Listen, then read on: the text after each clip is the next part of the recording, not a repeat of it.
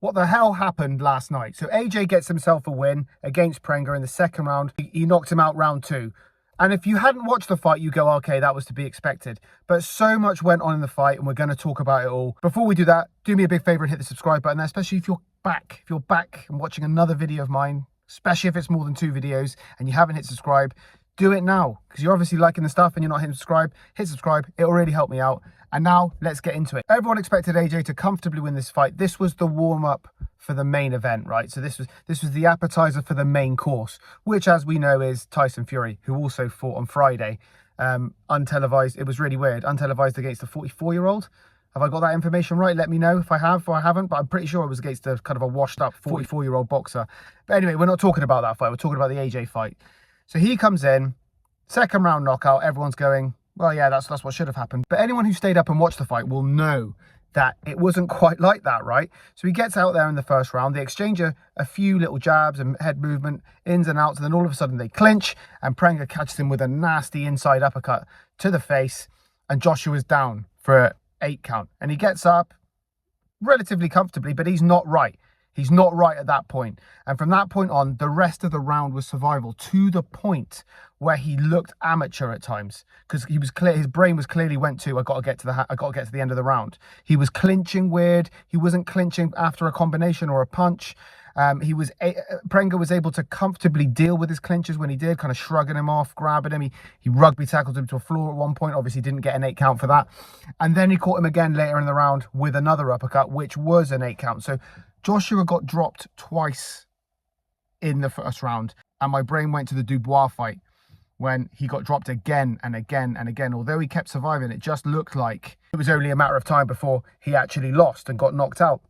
And I thought that was what was going to happen. Now, with a view not to sound skeptical, it was the weirdest second round in boxing I think I've ever seen. It was as if someone whispered in Prenga's ear, "That's not the script, mate. Okay, that wasn't the script." And I'm not saying this fight was fixed. That's not what I'm saying. I don't know. I hope it's not. I hope it's not the case. I hope I'm wrong in thinking this, but you can't help but think that that was weird. Some people are a bit like me, like, oh, it was weird, but hopefully it's not what I think. And some people are out like just calling it out that it was fixed. Okay, that's not necessarily what I'm saying. All I'm saying is if you watch the fight, you'll know what I'm saying. You'll understand what I mean.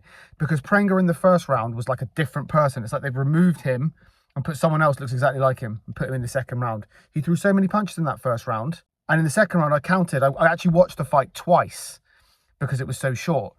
And in the second round, I barely counted 20 punches thrown by Prenga. When if you think about him in the first round, he was throwing whenever. He was trying to end the fight. Well, that's what it looked like to me anyway. And in the second round, it looked like he was just waiting for the point where Joshua knocked him out. And it was a pretty nasty knockout. But just before that, just before he knocked him out, if you look at him on the ropes, he's offering nothing back. And he's not hurt at that point. Well, I don't think he was anyway. And he certainly didn't look gassed. He didn't look like he punched himself out. You know, this is a guy that's had 20 knockouts. You know, he knows how to finish a person. And he's been there in the later rounds and thrown a load of punches and been fine. I don't believe he was gassed. So it begs the question, why wasn't he throwing? He was up against and he was offering nothing. It was almost like he was waiting. He's like, oh, is it now? Is it now? And again, I'm not saying it was fixed. But for the people of the skeptical mind, for the people who might think it's fixed, that didn't help.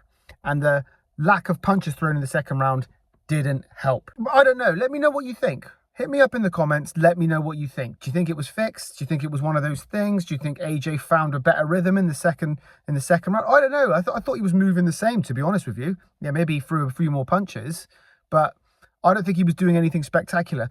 And is it just me, or is AJ's hands just always fucking low? In whatever fight I watch him in, his hands are always fucking low. They're always too low.